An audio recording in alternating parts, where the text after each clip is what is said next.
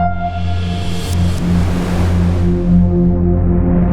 I'm Kim Stafford, and I'm here again with PIMCO Group CIO Dan Ivascyn to give you an inside look at some of the recent discussions taking place within PIMCO's Investment Committee, or IC.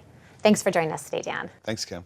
PIMCO recently released our secular, or 5-year outlook titled The Fragmentation Era. In it, we talk about rising global debt levels and how that'll limit fiscal flexibility, while global trading alliances will fragment and potentially alter global asset flows and fuel volatility in the markets. Let's translate those longer-term views into actionable ideas for today. What can investors do in the second half of 2025 to position themselves for these longer-term trends? Sure. Well, I think this year's price action and news flow is an example of how uncertain the macro environment is. But I think it's always important, particularly within the fixed income opportunity set, to remind investors that yield or current income drives a significant portion of fixed income returns. When you look at the performance over the course of the last year across high quality bond strategies, you're looking at mid-single digit, even high single digit type returns, even year to date, despite the fact that there's been a lot of volatility, a lot of concern around U.S. Treasuries, deficits, these types of fundamentals. The returns have also been pretty good. They've been particularly good if you've had a global opportunity set with non-dollar assets, higher quality emerging markets, doing even better than the U.S. market. So I think the first point is patience. The second point is appreciating the fact that we are in an environment with significant left tail and right tail risks. And there's going to be a lot of local noise. As an active asset manager, this is exciting. What we really try to do for PIMCO clients is to take a long-term orientation, use every tool in the toolkit, acknowledge fairly extreme uncertainty, but try to find resiliency across portfolios and generate a very, very attractive yield at the end of the day. You mentioned that bond markets broadly have been performing well this year, and similarly, there are concerns about rising debt levels, particularly related to longer-term bonds. So give us the state of the fundamental outlook for bonds, what's changed, and what should investors consider? Yeah, so there's really good value in global fixed income. Sometimes people yearn for the good old days, so to speak, the pre-COVID days where debt levels around the globe were much lower. Inflation was very well behaved and quite low relative to where it is today. The problem back then is there was no value in fixed income markets. You took a relatively low yield, subtracted a relatively low inflation rate, you almost always ended up with a negative number. Yes, debt levels are higher today, but one of the reasons why you can lend to the U.S. government, to other foreign governments, to other high-quality corporate borrowers is because we do have high debt levels. And when you have high debt levels, we in the private sector get to benefit through higher nominal yields and higher inflation-adjusted yields. So yeah, there's been a lot of talk this year about concerns about the fiscal picture, particularly here in the United States, when in fact, when you look at the performance of the bond market, you look at where yields are, the 10-year Treasury yield is about where it started the year, and returns are pretty good.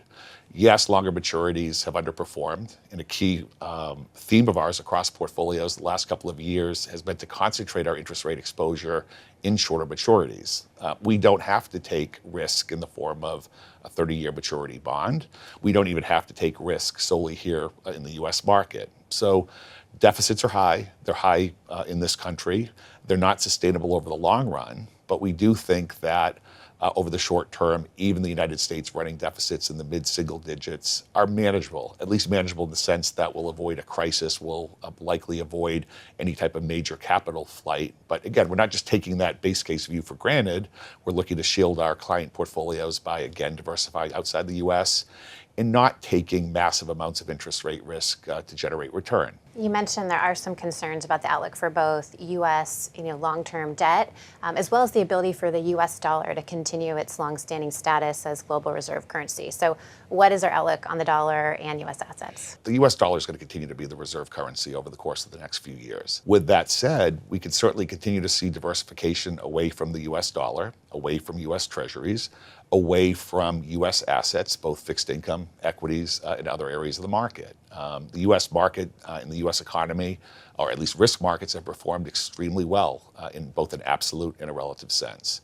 When you look at the U.S. dollar, you look at other risk assets here in the United States, they still are expensive versus risk assets or currencies outside the United States. So we do believe that over the course of the next few years, you could see this reversal of U.S. exceptionalism. You can see outperformance of assets, both in the developed markets as well as the emerging markets.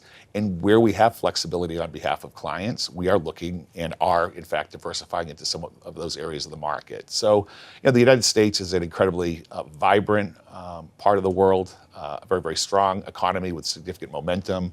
A lot of this technological innovation, AI innovation, is emanating out of the United States.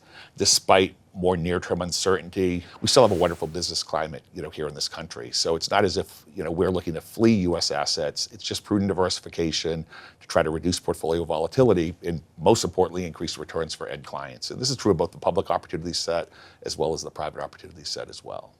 Give our investors a playbook for the second half. What investment opportunities are you most excited about? Yeah, patience, avoid the noise, take a global opportunity set into account, and acknowledge that we have more economic uncertainty than we've had in the past. It's fairly symmetric. There's some scenarios where growth can remain very high or even reaccelerate, but recessionary probabilities remain elevated. So, over the course of the last few years, you really haven't had much in the way of an economic shock. Even during COVID, although we had the economic shock, we had massive fiscal and monetary policy stimulus. It didn't allow the typical cleansing mechanism across much of the corporate sector. So today, given that we have a little bit of froth, a little bit of complacency in the more economically sensitive areas of the credit markets, a real key to active management is trying to maintain an attractive yield while providing significant downside protection.